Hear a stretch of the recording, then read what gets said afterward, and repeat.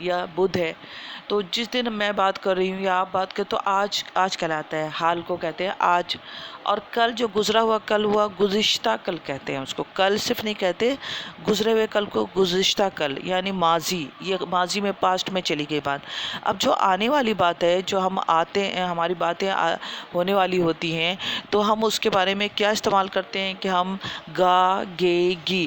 میں یہ کل کام کروں گی، کل میں شاپنگ سینٹر جاؤں گی، کل میں کپڑے خریدوں گی، کل میں اسکول جاؤں گی. یہ سب کیا ہے؟ کل کی بات آپ بتا رہی ہیں کہ کل جو نہیں آیا ہے اس کے بارے میں آپ ذکر کریں گے کہ کل میں یہ کام کروں گا یا کروں گی، کھاؤں گا یا میں فلاں جگہ جاؤں گا. تو یہ کل کی جو ہے نا پلاننگ ہے. یہ جب ہم کل کی بات کرتے ہیں تو اصل میں وہ ایک پلاننگ ہوتی ہے.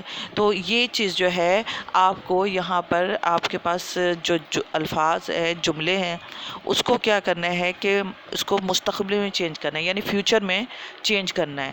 تو آپ کے پاس کیا ہے؟ پہلا کیا ہے؟ چلے ہم دیکھتے ہیں. عامر نے کھانا کھایا. یہ ایک مثال ہے، ایگزامپل ہے آپ کے سامنے.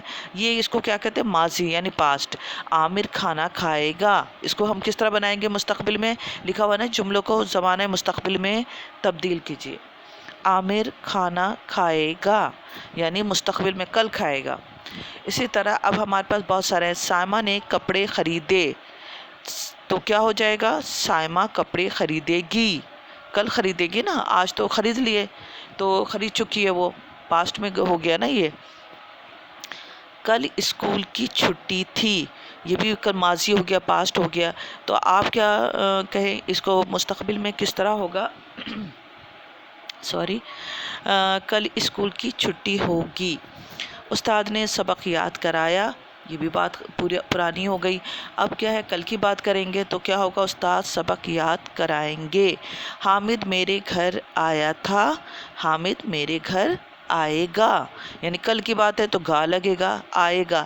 آیا تھا وہ تو کل آ چکا تھا. اب کیا ہے؟ کل کے بارے میں بات ہو رہی ہے تو حامد میرے گھر آئے گا. میں صبح جلدی آیا تھا. میں صبح جلدی آؤں گا. کیا ہو جائے گا؟ میں صبح جلدی آؤں گا. اچھا، تھوڑی دیر میں سورج نکل آیا. یہ تو ابھی کی بات ہے. اب ہم مستقبل کی کیا بات ہے؟ تھوڑی دیر میں سورج نکل آئے گا.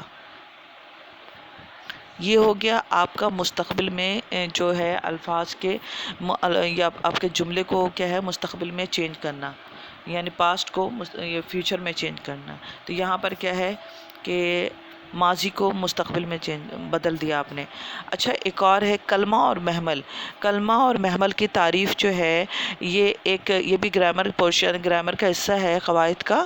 قواعد میں کیا کہتے ہیں؟ کلمہ کہتے ہیں وہ الفاظ جن کے معنی ہوں اور وہ کلمہ کہلاتے ہیں. سمجھ میں آئی بات؟ کلمہ وہ نہیں جو ہم کلمہ طیبہ پڑھتے ہیں. یہاں پر کلمہ ہم اسے کہتے ہیں جس کے معنی ہوتے ہیں، کسی بھی الفاظ کے معنی ہوتے ہیں. اچھا، جس الفاظ کے معنی نہیں ہو، صرف الفاظ کی خوبصورتی کے لیے اس کو ساتھ لگایا جائے، وہ کیا کہلاتا ہے؟ محمل. اب یہاں پر جیسے ہے کہ مثلا روٹی کیا ہے؟ ایک ہم بولتے ہیں، ہمیں پتہ ہے روٹی کھانے کی چیز ہوتی ہے. پانی، چائے، اچھا رونا، یہ سب ایسی ہے کہ سمجھتے ہیں. اب مگر ہم اسی کو ہم اس طرح جب بولیں گے، بھئی تم روٹی ووٹی کھا لو، تو روٹی کے ساتھ ووٹی جو کہہ دیا نا، وہ کیا ہو گیا؟ وہ ہو گیا محمل. یعنی اس کے معنی تو نہیں ہے، لیکن ہم عام طور پہ اپنے بول چال میں اس کو استعمال کرتے ہیں. جیسے پانی وانی پی لو، تم تھکی ہوئی آئی ہو، پانی وانی پی لو. تو پانی کے ساتھ وانی تو کوئی چیز نہیں ہوتی ہے نا، تو پانی کے ساتھ وانی کہہ دیا. چائے وائی پی لو، چائے کے ساتھ وائی پی لو. بھائی تو ایسے الفاظ جن کے معنی نہ ہوں لیکن ہم اپنے الفاظ اپنے جملے میں اس کو لگاتے ہیں، وہ کیا کہلاتا ہے؟ محمل الفاظ. اور کلمہ کیا کہلاتا ہے؟ جس الفاظ کے معنی ہوں. چلیے آتے ہیں ہم ادھر. دیکھیے اس کو ہمیں کس طرح بنانا ہے، آپ کی بک میں ہے یہ. ذیل کے جملوں میں محمل الگ الگ کر کے لکھیں.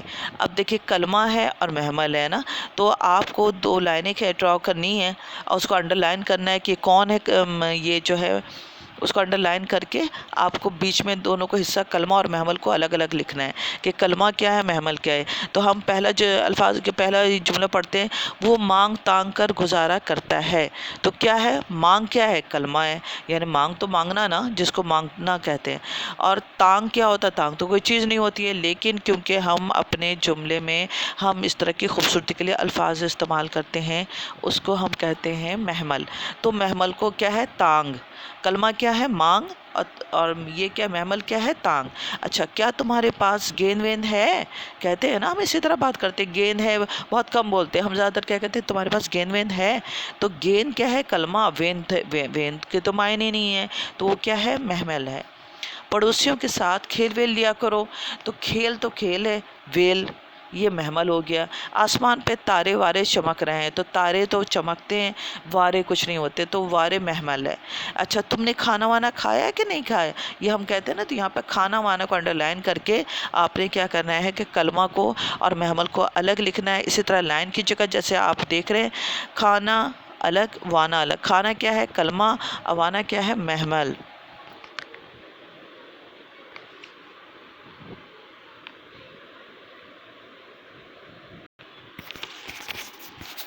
ٹھیک ہے بچوں، یہ تو آپ کا ہو گیا گرامر کا قواعد کا حصہ بھی ہو گیا. اچھا آپ کو میں گھر کا کام دے رہی ہوں، سبق انمول موتی کے دوسرے پیراگراف کی خوشخطی کیجیے گا، اچھی سے رائٹنگ بنائے گا اور صاف ستھرے پیج پہ لکھے گا. اب گندا نہیں کام ہونا چاہیے. دوسرا یہ ہے کہ صفحہ نمبر 72 کا صحیح غلط اور خالی جگہ پر کریں. آپ کی اس کتاب میں جو ہے نا صحیح غلط اور خالی جگہ، صحیح غلط پہ نشان لگانا ہے اور اس کو جو ہے نا کمپلیٹ کرنا ہے، یہ آپ اپنی کاپی پہ لکھیے گا. اچھا عملی کتاب میں انمول موتی کا جو صفحہ ہے آپ کھولیے گا، اس میں انمول موتی کا صفحہ ہے، اس کو آپ کر لیجیے گا. ٹھیک ہے، یہ آپ کا کام ہو گیا کمپلیٹ. امید ہے سمجھ میں آ گیا ہوگا. اگر نہیں سمجھ میں آتا ہے تو آپ آئیے گا، تو مجھ سے جب کلاس لینے تو پھر آپ پوچھ لیجیے گا. ٹھیک ہے بچوں، اپنا بہت بہت سارا خیال رکھیے گا اور اپنی ٹیچر کو اجازت دیجیے. اللہ حافظ.